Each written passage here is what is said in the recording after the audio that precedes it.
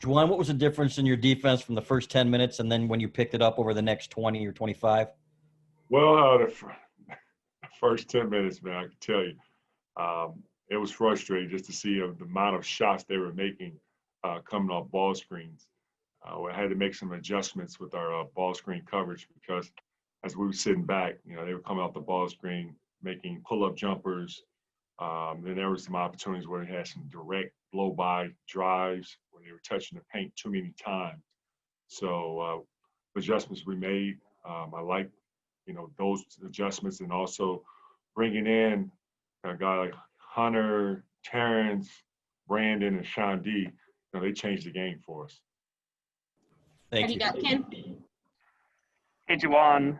So your reserves outscored the starters tonight 49-31. Can you talk about the talent of this second unit and what they bring to your team? Well, I have a second unit that is selfless.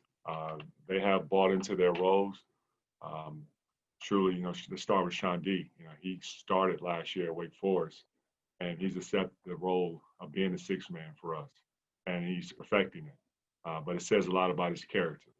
Hunter, yes, he probably went to some other programs and been the starter, but every time his name is called on, he's always ready.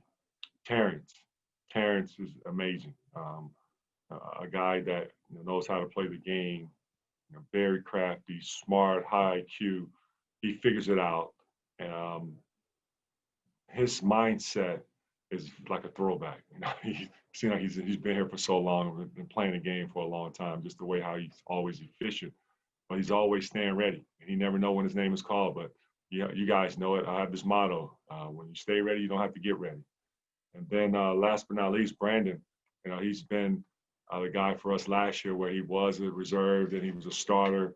This year now he's at a reserve role, and he's accepted that role. Hasn't had any type of bad body language. Always giving to the team. High character guy. So I go on and on about this team. Our reserves have delivered, especially when you have Franz Wagner, who was in foul trouble, and then Isaiah he didn't have it going in the first half, and Mike wasn't playing like Mike, and then Austin didn't do anything wrong. I mean, he was playing well in there, but just call in Hunter, and it was just tough to take Hunter out of the game in the first half because he's playing so well. Brandon Brown. Yeah, Coach, I know all coaches are going to nitpick, and they're never, never happy with where their players are. But as a big man, how polished is Hunter Dickinson? It just looks like he does just about everything at an extremely high level already for a freshman. Yeah, he's very polished. It's just that he plays with a type of pace. He has a calm about him where he's never rattled. He's very smart, high IQ player, makes great decisions out of the post, passing it, on time, on target. When he's at the free throw line, he's very, patient, always looking to try to make the right play at the right time, and he's proven it.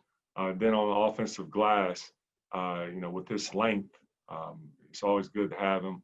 If you miss a shot, he's there to clean it up. Or if he gets it in a low blocker, he's there to finish it. He has so much growth in him. I just see, a lot of great things happening for him in his future of the game of basketball.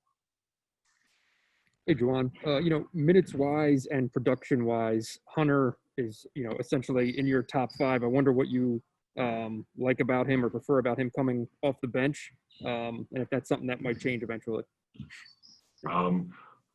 Everything on our team is being evaluated. What he's been doing in his role, it's been spectacular, and love to see it stay consistent, whichever role it is, whether he's coming off the bench or starting.